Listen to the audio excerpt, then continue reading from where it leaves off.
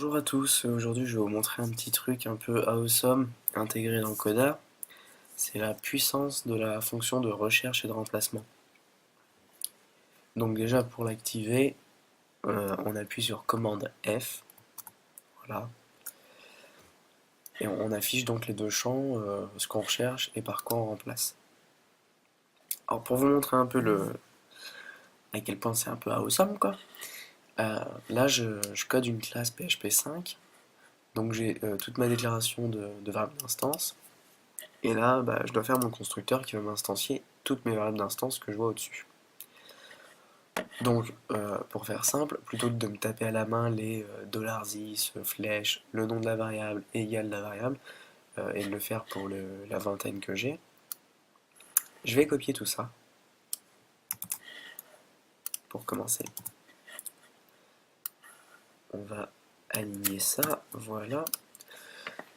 Ah, donc là, je me retrouve avec deux fois le même texte, hein, sauf que dans mon constructeur, je dois pas avoir private $birthday par exemple, mais je dois avoir $thisBirthday égale $birthday. Donc, c'est là que je vais utiliser la fonction de recherche et de remplacement qui est vraiment géniale. Et je vais lui dire que je veux remplacer les $private, pardon, les private dollars. Et alors là, faut pas que je lui mette birthday par exemple, faut pas que je lui mette email, sinon ça va s'appliquer que à $email ou $birthday. Or, je veux que ça s'applique à tout. Donc, en fait, c'est une variable, si vous voulez. Le nom qui suit le dollar, c'est une variable. Donc, je vais insérer ce qu'ils appellent un wildcard. Voilà. Donc là, j'en ai qu'un seul, donc il a le numéro 1. Et donc, ce wildcard, c'est quelque chose, c'est ce qui suit le dollar. Et je termine en mettant mon point virgule. Donc en fait, le 1, là, ça va être ce qui se trouve entre dollar et le point virgule dans une séquence qui s'appelle private dollar, quelque chose, point virgule. Et je veux remplacer ça par quoi?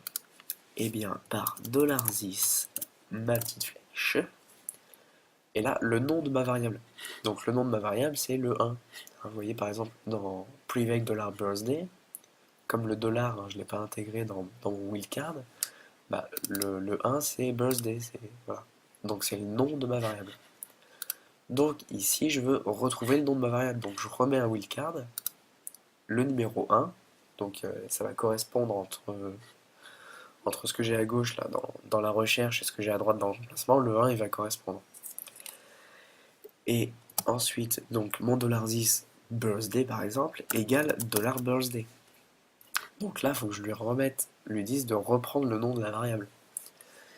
Or, si je reclique ici, il va me mettre un petit 2, vous voyez, parce que j'ai déjà un numéro 1 dans mon champ de remplacement. Donc, pour lui dire de reprendre le nom qui est dans le wildcard numéro 1, je sélectionne ce 1, je le copie, je le colle. Et je termine mon instruction avec un petit point virgule.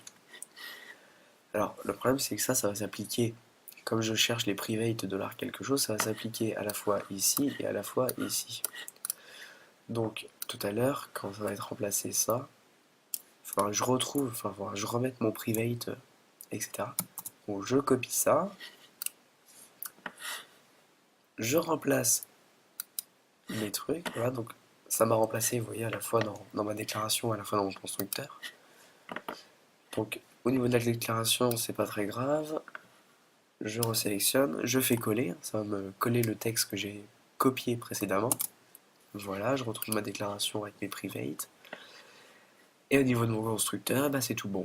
Vous voyez, j'ai $this birthday égale $birthday, $this email égale $email, etc. Voilà. Voilà comment on peut utiliser la recherche et le remplacement avec les wildcards en fait, hein, surtout, c'est surtout ça qui est intéressant dans l'exemple. Et on peut très bien en mettre plusieurs, hein. Par exemple, je pourrais très bien avoir un terme différent ici, un autre ici, et vouloir les intervertir. Et dans ma recherche, je mettrai qu'ici c'est le wildcard numéro 1, là c'est le numéro 2. Et dans le remplacement, je mettrai le numéro 2 à la place du numéro 1 et le numéro 1 à la place du numéro 2. Voilà. Bon. Donc, moi je m'arrête là pour cette petite démo. J'espère que ça vous a intéressé et que ça vous sera utile. Je vous souhaite une bonne journée ou une bonne soirée et je vous dis à très bientôt.